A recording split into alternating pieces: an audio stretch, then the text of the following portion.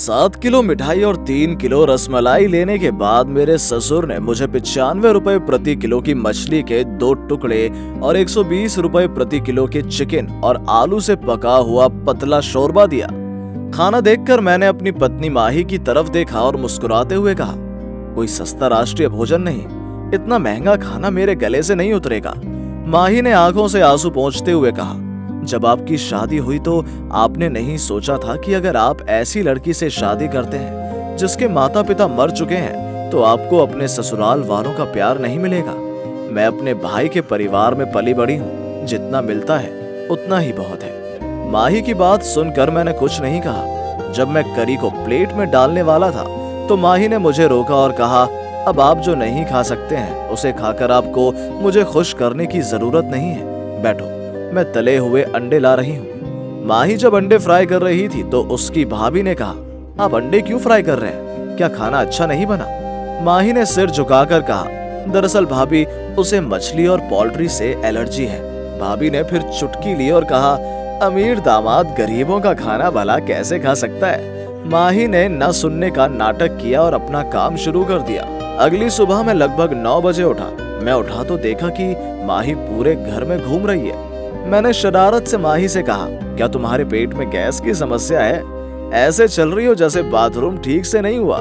माही ने गुमसुम होकर कहा, तुम जाओ और फ्रेश हो लो। मुझे पता है माही ऐसा क्यों कर रही है। माही के खटखटाने पर उसके भैया भाभी की नींद खुली और करीब 10:30 बजे उन्होंने दरवाजा खोला। उसके भाई ने पूछा, क्या हुआ?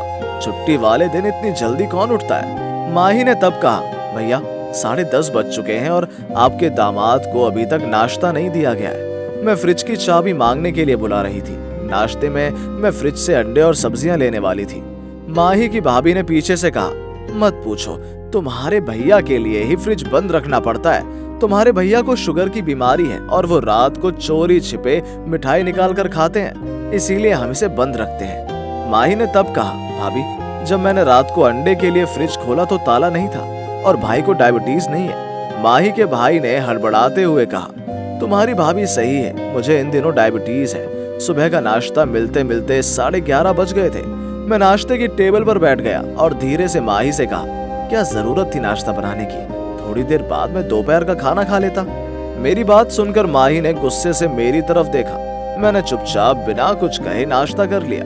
मैंने सोचा कि मैं नाश्ते के बाद आराम करूंगा और एक झपकी ले लूंगा, पर उससे पहले माही आई और बोली, बहुत वक्त हो गया ससुराल में, जल्दी तैयार हो जाओ, अब हम घर चल रहे हैं। मैं हैरान था, मैं कल दोपहर आया था और आज चला जाऊंगा। मैंने सोचा कि कुछ दिन और ससुराल में रहूंगा। माही ने गुस्से से कहा, किस ससुराल की बात कर रहे हो? तुम्हारे ससुर जीवित नहीं है और ना ही तुम्हारी सास जीवित है, तो तुम्हारा कोई ससुराल भी नहीं है। माही गुस्से में ये बातें कर रही थी और पानी लगातार उसके गले से नीचे गिर रहा था। लड़कियां बड़ी अजीब होती हैं, घर में पति के लिए इतनी लापरवाही बर्दाश्त नहीं कर सकती। जब मेरी माँ और माही मेरे चचेरे भाई की शादी में गए तो मेरी चाची ने मेरी माँ को फोन किया और कहा, आपा मेरे बेटे की शादी फकीनी के घर में ही करवाई। लड़की के घर वालों ने मेरे बेटे को फ्रिज, टीवी, मोटरसाइकिल सब कुछ दे दिया। आपके बेटे के ससुर ने आपके बेटे को क्या दिया? माँ मुस्कुराई और बोली, अपने घर की बेटी को दिया और क्या देंगे। बुआ ने कहा, फ्रिज, टीवी, मोटरसाइकिल कुछ नहीं दिया। माँ ने तब कहा, मेरे घर में 2 फ्रिज हैं, एक नॉर्मल फ्रिज और दूसरा डीप फ्रिज, इसीलिए दूसरे फ्रिज की अब जरूरत नहीं है। 42 इंच का LED टीवी है, इसीलिए टीवी की जरूरत नहीं है। बेटे के पास मेरी निजी कार है, इसीलिए मोटरसाइकिल की कोई जरूरत नहीं है। मेरी वसीयत में सब कुछ है लेकिन कोई लड़की नहीं है। उन्होंने मुझे एक बेटी दी, इसीलिए मुझे और कुछ नहीं चाहिए। माँ की बात सुनकर चाची बिना कुछ कहे चली गई और माही रो रही थी और आंसुओं से अपनी नाक पोंछ रही थी। तब माँ ने माही से कहा, तेरी प्रॉब्लम क्या है? कुछ भी होता है तू रोने लगती है। इतने अच्छे से सज धज कर आई थी, देख सारा मेकअप खराब कर दिया तूने। सुनो बेटी, मेरी शादी 16 साल की उम्र में हुई थी। इस छोटी सी उम्र में परिवार के लिए दिन रात मेहनत करने पर भी मुझे कोई सम्मान नहीं मिला।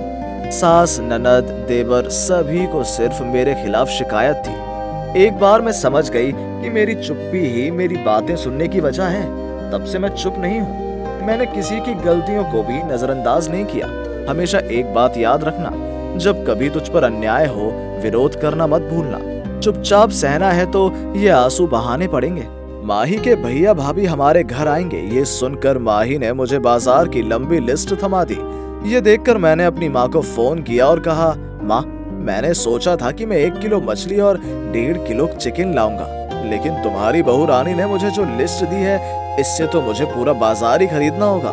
मेरी बात सुनकर माँ थोड़ी नाराज हुई और बोली, हमेशा अपनी पत्नी को सताना बंद कर, जा यहाँ से, जो लाने को कहा था ले आ। माही ने उस दिन अपने भैया भाभी के लिए मांस और ढेर सारी मछली पकाई। भाभी जब खाना खा रही थी तो मैंने उसके कान में धीरे से मुस्कुराते हुए कहा, अमीर दामाद के घर अमीर वाला खाना क्या गले से उतर रहा है। खाना खाने के बाद जब सभी ड्राइंग रूम में बैठे थे तो माही के भाई ने माही से कहा, दरअसल मैं एक जरूरी काम से यहाँ आया था। तेरा पति अमीर है और मेरी हालत अभी खराब चल रही है। मैं तेरे नाम पर माँ की लिखी जमीन को बेचना चाहता हूँ और उसका इस्तेमाल व्यापार के लिए करना चाहता हूँ, तो तू वो जमीन मुझे दे दे। माही ने तब कहा, मैं क्यों अपना हिस्सा दे दूं, और इस हिस्से के कारण मैं और मेरा पति अपने ससुराल जा सकते हैं और चावल और पोल्ट्री चिकन शोरबा खा सकते हैं। अगर हम अभी अपना हिस्सा छोड़ देते हैं तो आप आपकी पत्नी मुझे और मेरे पति को गरीब फकीर समझकर घर से निकाल देंगे। तुम्हारी हालत इतनी खराब नहीं है कि तुम्हारी छोटी बहन के पति को तुम 2 वक्त का खाना नहीं खिला पाओगे। मेरा पति रोज तुम्हारे घर नहीं जाता। माही ने इस बार भाभी की तरफ देखा और कहा, जब मेरा भाई आपके घर जाता है तो क्या आप उसे सुबह 8 बजे का खाना दोपहर 12 बजे देती हो? और मैं इतनी बेशर्म नहीं हूँ कि अपने पति को तुम्हारी पीठ के पीछे फ्रिज से कुछ चोरी करके खिलाऊंगी। मैं अपना हिस्सा नहीं छोड़ूंगी। जब वक्त आएगा मैं अपना हिस्सा समझ लूंगी। माही की बात सुनकर उसके भैया भाभी बिना कुछ कहे चुपचाप चले गए। जैसे को तैसा भुगतना ही पड़ता है।